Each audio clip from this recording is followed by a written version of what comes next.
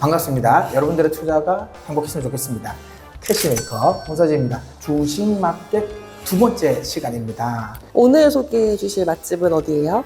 내가 이제 첫 번째 집에서 너무 이제 핫한 집을 골라드렸잖아. 그래서 오늘은 조금 한가한 집을 내가 선택을 하려고 했어. 물론 뭐 한가하다고 해가지고 그러니까 맛없는 집은 아니고, 원래 이 집도 한 2021년에는 되게 핫했거든.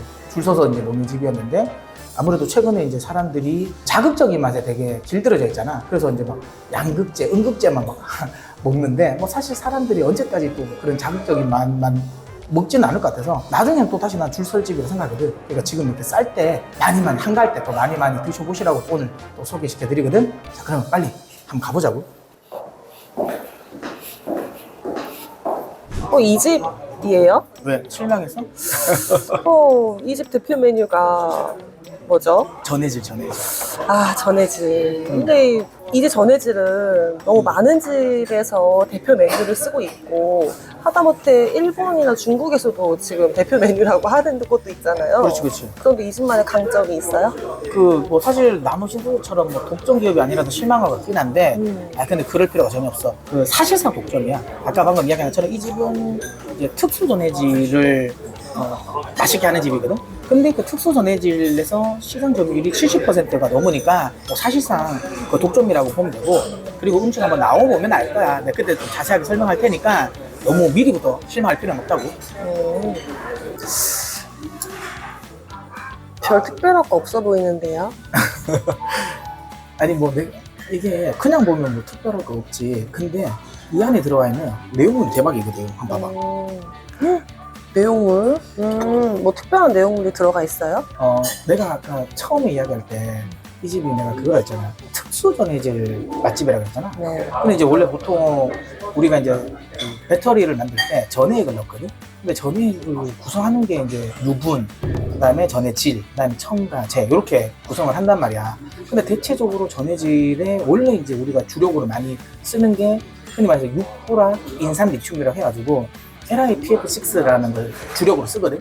근데 이제 그것만 쓰는 것보다 거기에 우리 P 전해질, 뭐 F 전해질, D 전해질 이런 것들 첨가를 하면 퍼포먼스가 훨씬 더 많이 잘 나와.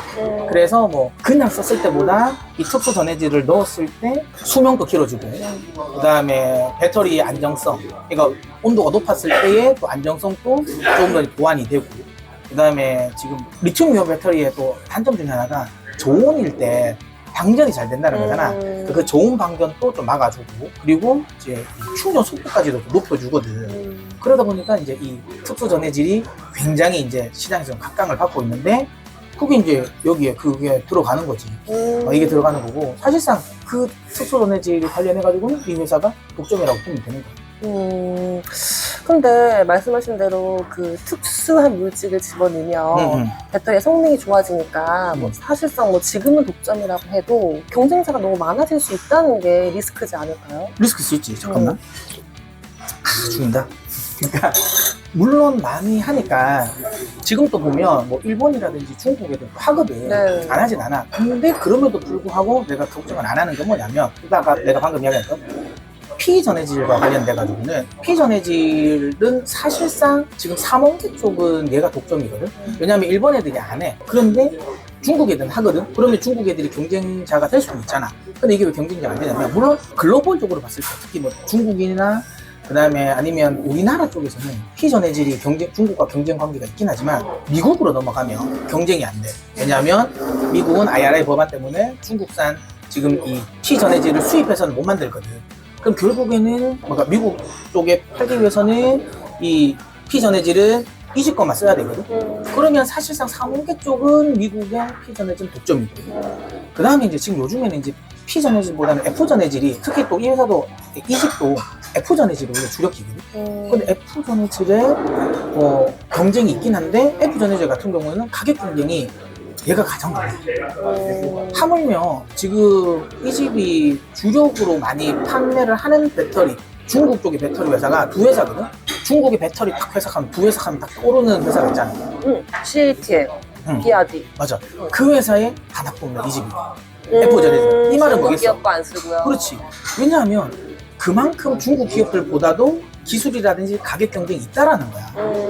아무래도 중국은 중국 자체적으로 웬만하면 해결하려고 하는데 그럼에도 불구하고 가격 경쟁이 있으니까 이쪽을 쓴다라는 거고 그러면 사실 다른 애들이 뛰어든다 하더라도 가격 경쟁이 뭐 밀릴 이유는 없는 거지. 그 독점 구조는 난 F 시장에서도 계속 될 것 같고 그 다음에 이제 디저네질 같은 경우는 원래는 이 디저네질을 일본의 센트럴 글래스가 특허를 가지고 있어요. 그 사람 그기가 원래 독점이었던 상황이었는데 그 독점 구조가 난 정확하게는 모르겠는데 2019년인지 모르겠어요. 근데 어쨌든 얼마 전에 이 특허권과 관련된 사용을 서로 상호 사용하기로 한 거야.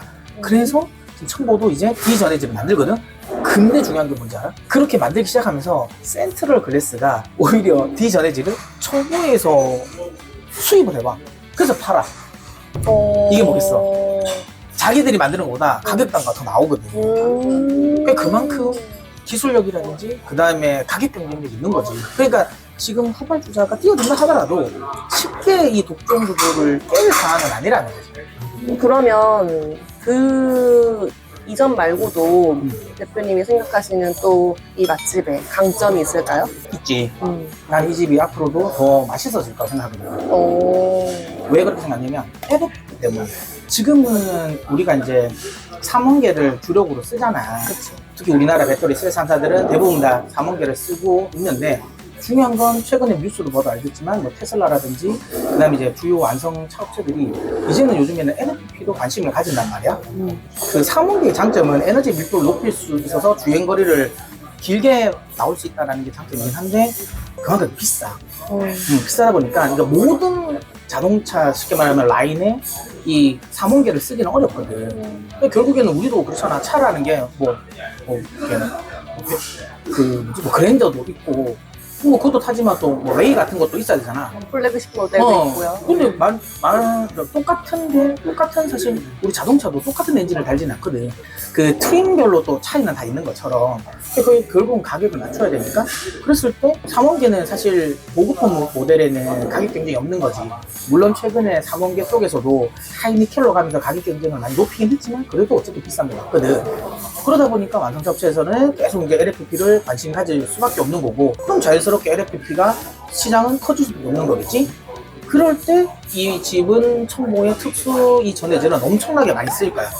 내가 앞서 이야기했잖아. 특수 전해질이 뭐 어떤 효과를 낸다? 배터리의 퍼포먼스를 높인다 그랬잖아. 네. 수명도 길게 하고 그 다음에 그 고온이나 저온에서의 뭐 안정성이라든지 방전 안 되게 하고 그 다음에 충전 속도도 높이고 이런 식으로 배터리의 퍼포먼스를 높인단 말이야. 그러면 삼원계보다 아무래도 퍼포먼스 측면에서는 좀 떨어지는 LFP에는 더 많은 특수 전해질이 들어가겠지? 그러면 LFP 시장이 커지면 커질수록 지금 이 집이 하고 첨보가 하고 있는 이 특수 전해질 수출량은 수요는 늘어날 수밖에 없는 거고 그러면 자연스럽게 추가적으로 매출 증가로 이어진다라는 거죠.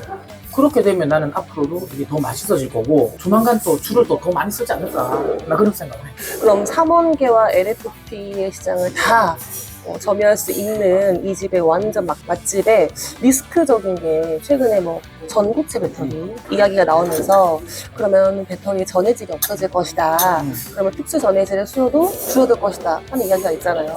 그럼 그건 어떻게 생각하세요? 맞아. 그거는 뭐 틀린 지적은 아닌 것 같고 근데 우리는 이렇게 생각하죠. 지금 전고체 배터리가 상용화되는 시기가 언제냐가 중요하잖아. 당장에 상용 안 될 거예요. 명확하고.